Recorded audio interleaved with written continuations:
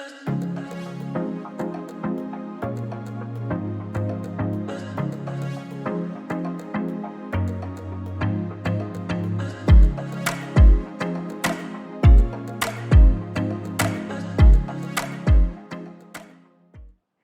am so glad to be here with you today. If you would like to hear more about Ted Lasso, you are in the right place. I am so glad to be able to share my favorite show with you and all the leadership learning. I mean, I bet you didn't think that you could learn from a fictional TV character like how to be a better leader, but you can. And also thank you to all of our sponsors. I just wanted to give them a shout out. Thank you so much. I wanted to start off today, before I even tell you who I am, by telling you a story.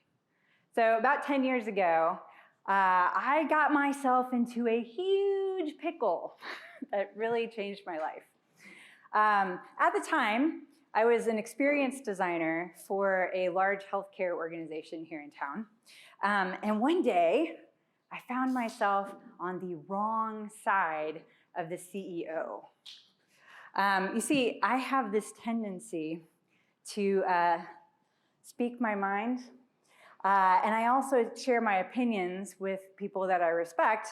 And when you have a CEO that does not like to be challenged and does not like it when people maybe disagree with them, it's not a very good situation. At least it didn't end up that way for me.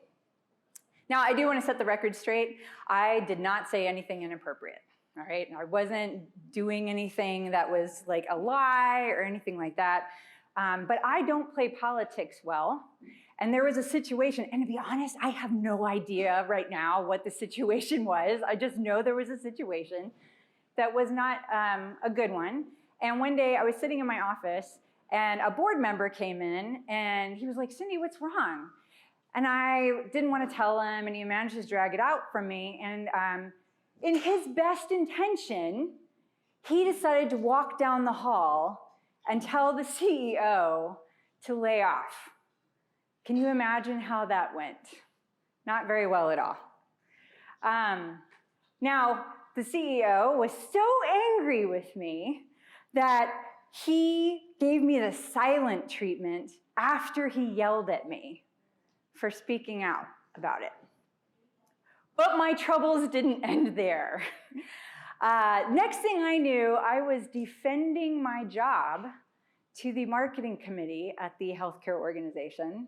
I had to go in front of them and give an entire presentation about everything that I had done as a designer, and I was also the developer and the content manager, everything that I had done that so-called benefited the organization.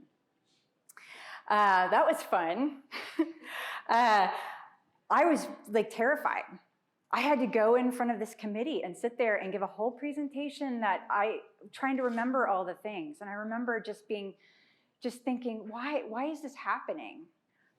Now, fortunately, I ended up keeping my job. The committee said, yeah, everything's good, you're good, everything's fine. But I didn't feel that way. I felt really angry. After I felt relieved, obviously. And I felt like it was such an overreaction from someone who was supposed to be a leader, who said, I don't like to be challenged, and you suck, Cindy. Like you shouldn't do that. And honestly, it was at that moment, right then and there, walking out of that meeting, that I decided that was never gonna happen to me again. I was never going to go through something so awful or humiliating, and nor would I ever treat anybody like that again. So I decided to open an agency. I mean, I could do it, right? Never mind that I had no idea how to read a balance sheet, no idea how to market myself, how to sell anything, let alone how to manage people. I thought I knew everything. If I had known then what I know now, I probably would not have opened the agency. Because to be honest, the path to being a leader is really hard, right? And my path was full of bumps along the road. And I keep thinking, man, if I, maybe leadership isn't as easy as I thought it was when that CEO got so mad at me. Maybe he was on the same journey that I ended up going through all these past 10 years. Maybe I should give him a break. So hello, my name is Cindy Brummer, and I am currently the CEO and creative director at a product design and research agency called Standard Beagle.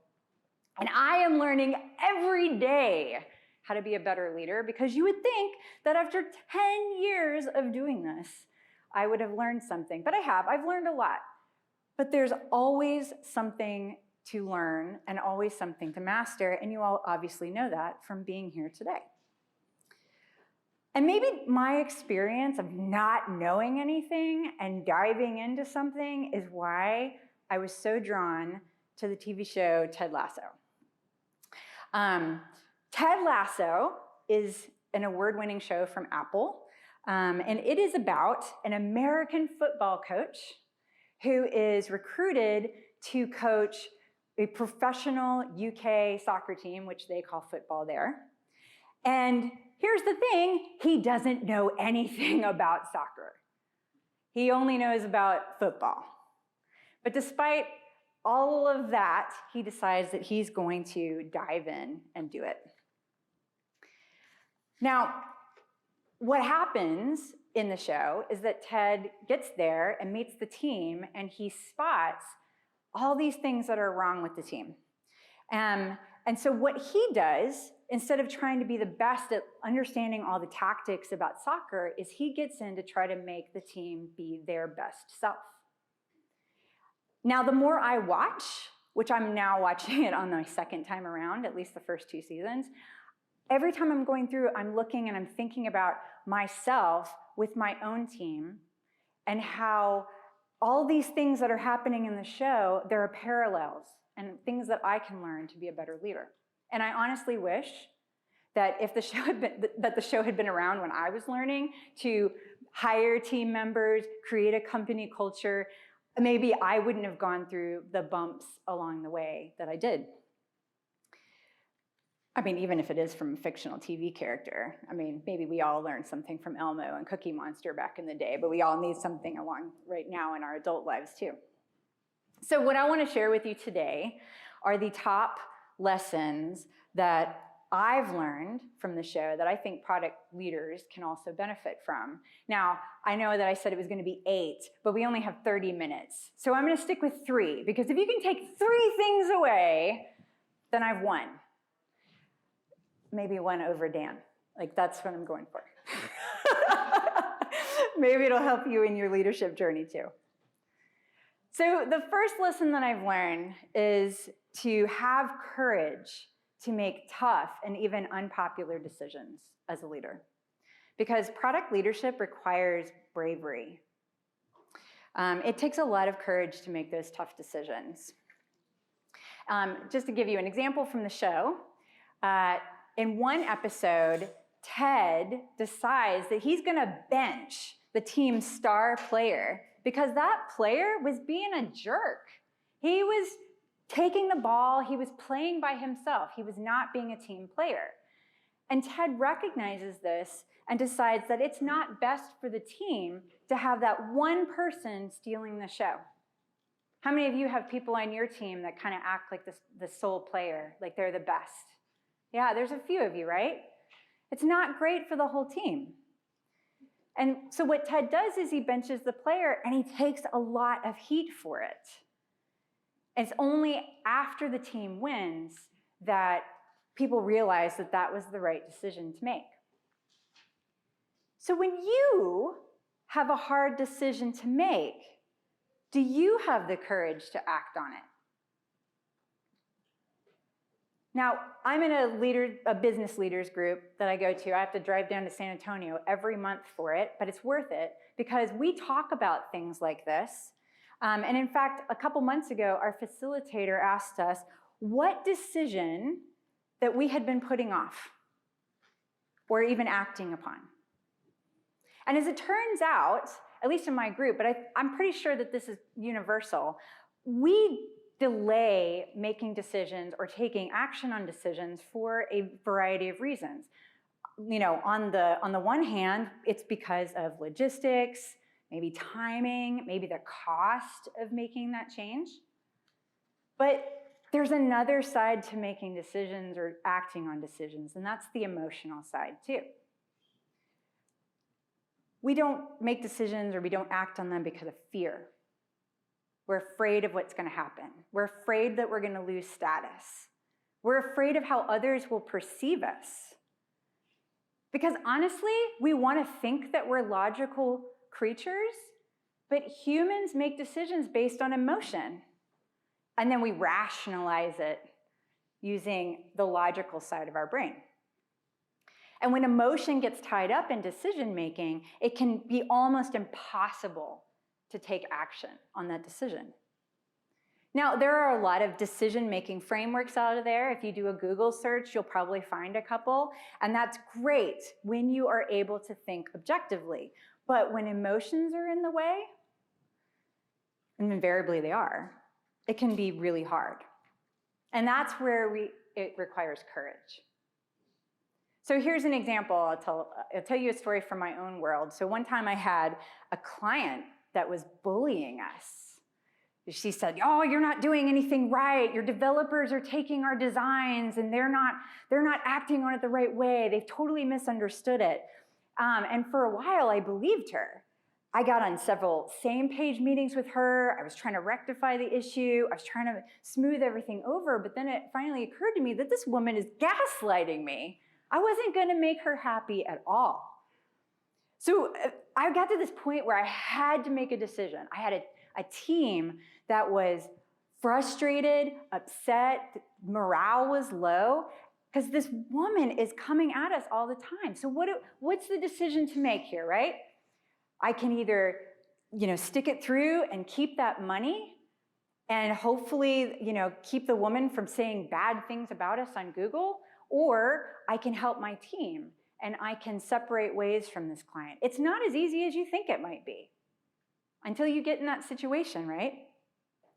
So I finally decided that I needed to do something and get rid of this woman. And so what I did was I sought out support from my partner and the rest of my network. I remember walking around the neighborhood. I couldn't sleep, and we're walking around our neighborhood at like 1 a.m., figuring out a strategy and a script for what to say to this person the next day. And so then I get her on the phone, and the conversation did not go as I expected it to, but I ended up being able to part ways with her peacefully, which was the entire outcome of it. And I felt a lot better. My heart rate went from about 180 back down to normal, right? And here's the thing. My team was relieved, and they respected me so much more for it because I was able to take that action. I didn't just sit and not let it take place. So in that scene where Ted benches the player, what he does is he runs up into the stands and jumps up and asks his boss, Rebecca, "Hey, is it okay if I bench Jamie?" And she's like, "Okay." And then for him, that was his way of getting the support he needed to make that really tough decision. So sometimes having the support from our colleagues is what we need in order to make and take action on something that's really hard.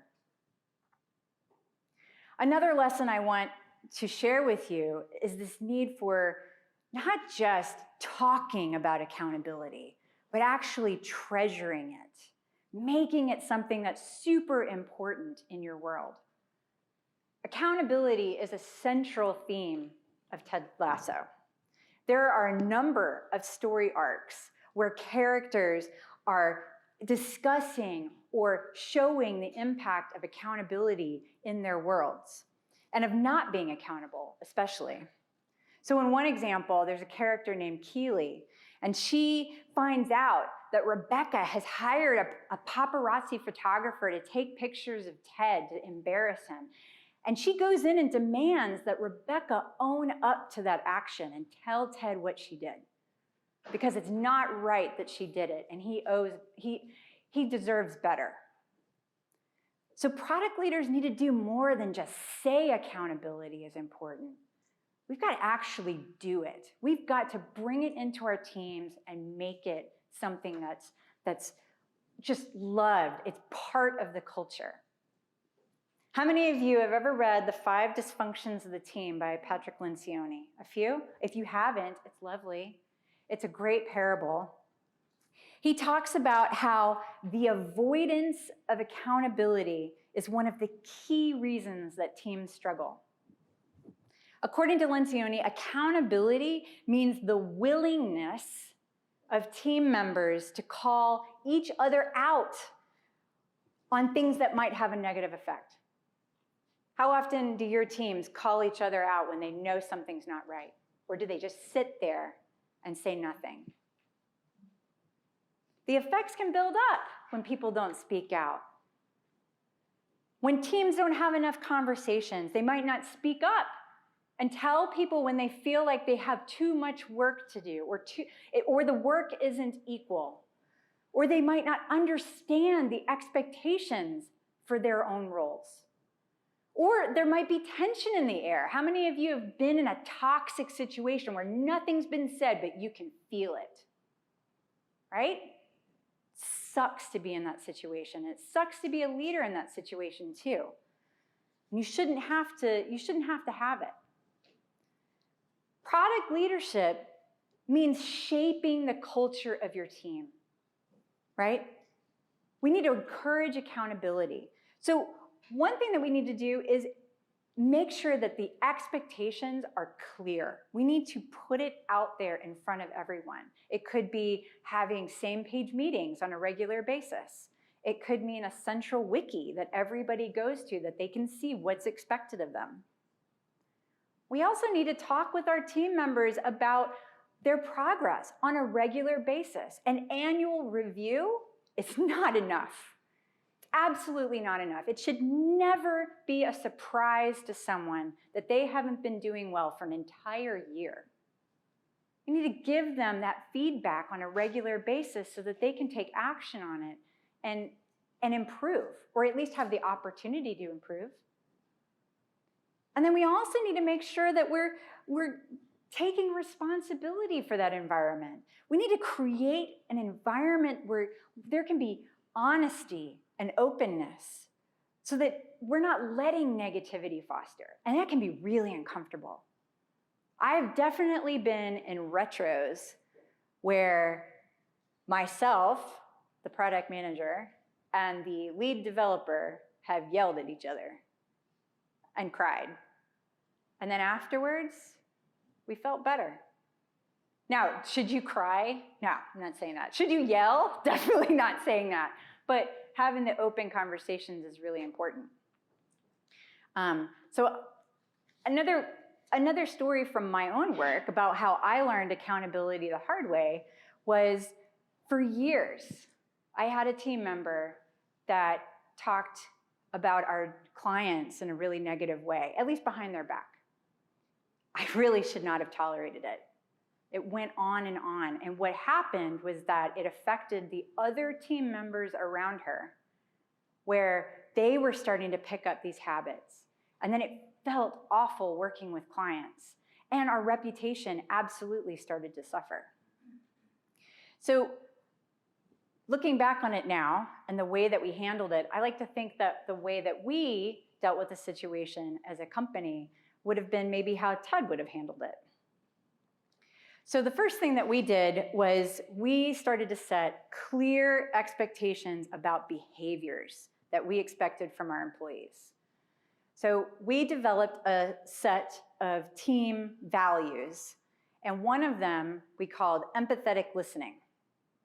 And with empathetic listening, we encouraged when a client made a call in about something that they needed, instead of immediately rejecting it as being hard, which is what had been, we encouraged people to lean in with curiosity, find out more about it. We are absolutely here to help. And we talked about it on a regular basis, almost weekly, about what that core value meant. And eventually, the employee left. Because as it turns out, a side effect of holding people accountable is that the right people stay in the right seats and the wrong people move on, which is actually a great thing to happen because maybe that wasn't the best environment for them. Lesson number 3, be vulnerable. I have a favorite quote from Ted Lasso, and it comes from Dr. Sharon Fieldstone, the team psychologist. She talks with Ted about the benefit of sharing and remembering tough memories. And she says, the truth shall set you free, but first it'll piss you off. Vulnerability is a key theme of Ted Lasso. And if we think about it, there's this masculine mystique around hiding feelings. We're tougher, right? But that show of vulnerability, is a really important way to break down and help people understand who we are from the inside. So at its core, the characters that show vulnerability in the show benefit by developing closer relationships with those that are around them. So my question for you is, how do you feel about vulnerability? I mean, there are definitely leaders out there who feel that emotions and vulnerability are awful. They are weakness. It's a show of weakness that we should not put out there. And in fact, I have a peer from one of my business groups that thinks that I definitely show too much vulnerability. He feels it's my weakness. And he might be right. I mean, because I definitely have zero poker face. Which means that when I'm having a bad day and I show up to a team meeting, they know that I'm having a bad day. But what I've learned is instead of trying to hide it, because that's showing weakness, it's much better for me to at least share that I'm having a bad day, and it doesn't have anything to do with you, everyone. Maybe it's something that's happening at home, a family situation, maybe someone's sick. We just don't know. But it's better for me to tell them up front that there's something going on in my world than trying to hide it. Now, I'm a really private person, so I don't share everything. And in fact, it's taken me a long time just to share it all. But when I'm dealing with something, it's much better for the entire team because then they can be productive. And so what I've found over that process is that vulnerability isn't a weakness.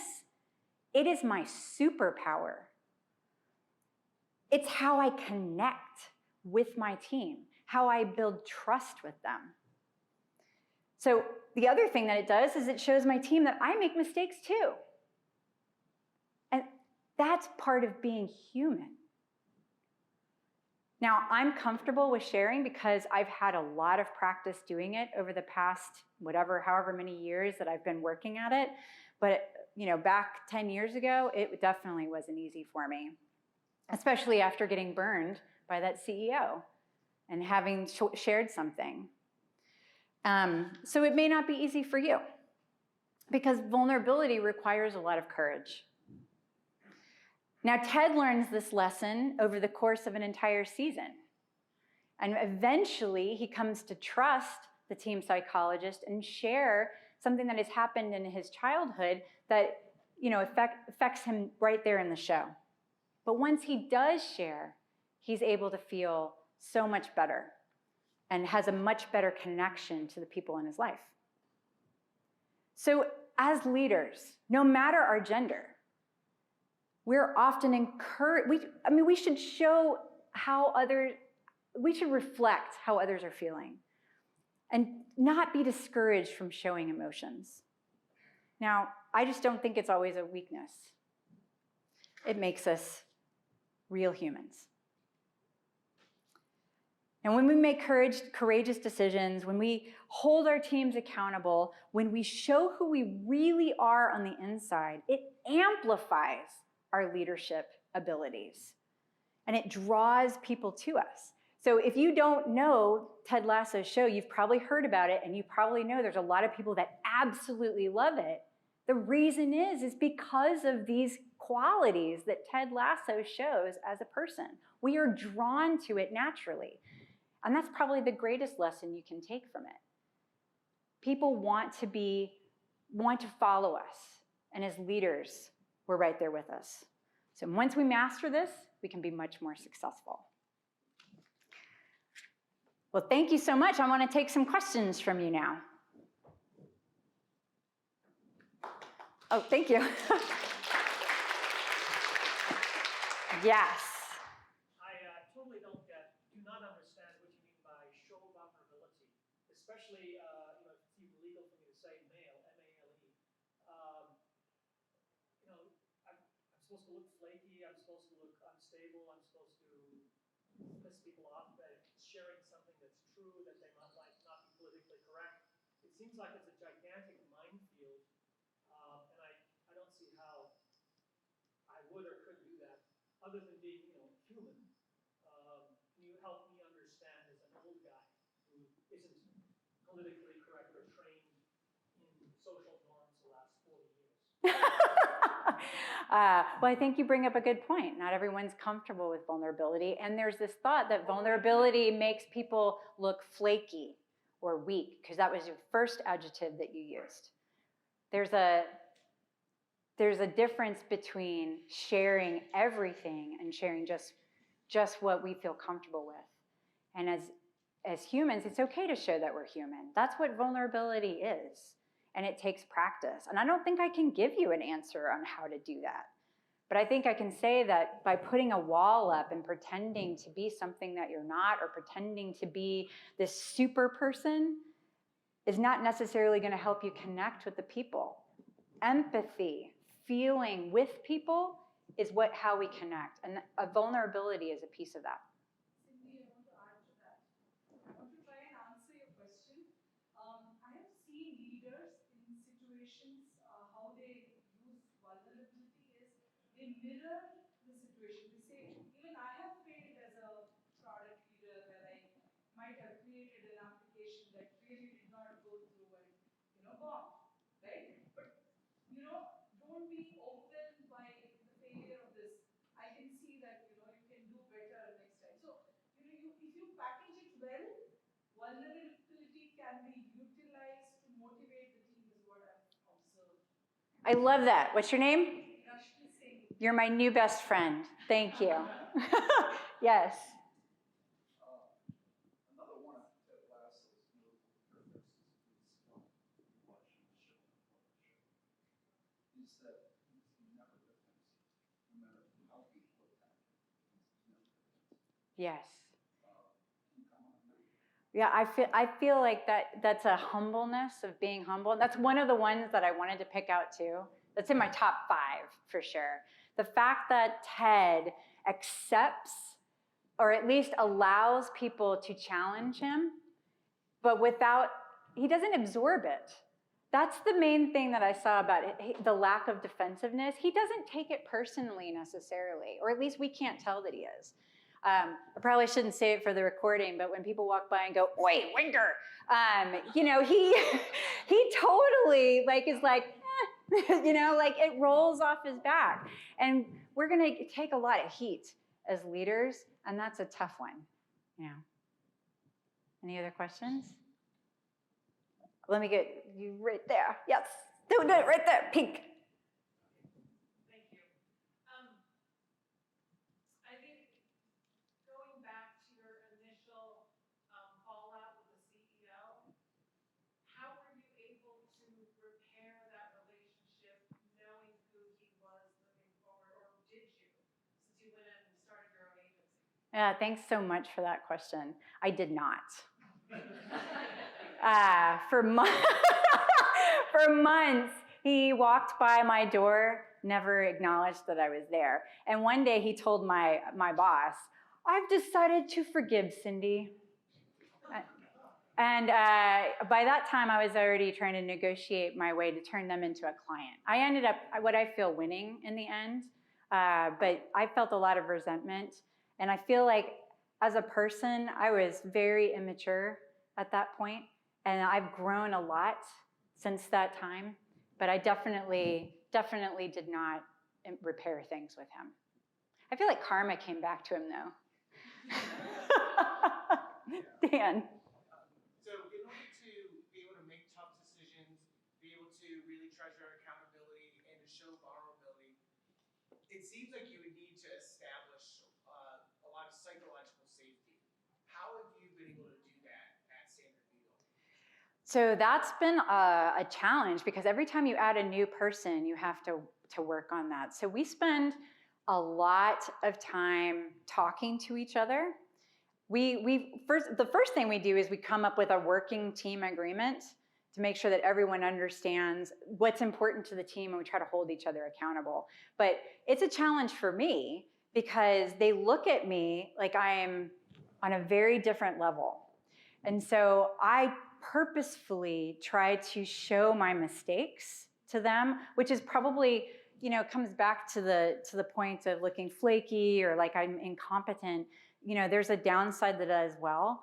But for some reason, it does help me connect with my team members to make it feel like it's okay for them to speak up. The other thing that we've done is we have meetings like weekly where maybe I'm not in there, but someone's speaking out against me, and I'm okay with that. I let people talk to me like that. And I also do face-to-face meetings almost every 2 to 3 weeks with all of the team members. We're small enough where I can do that. And I can hear from them, and I just let them tell me what's wrong. It's definitely been a struggle, and in fact, we've definitely had team members come in where I've had to restart with them and admit when I did something wrong with them. Yeah. Are we quite done? Are we at 3:46? Can I answer one more question? All right. Then there's somebody else. Yes.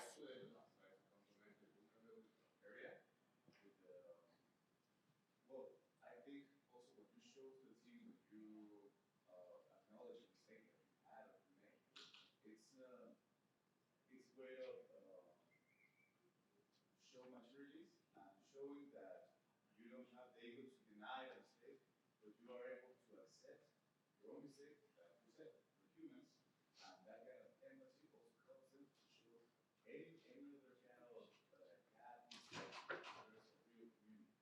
Yes, I totally agree with that. Thank you for your comment. All right, well, thank you all. I really appreciate you.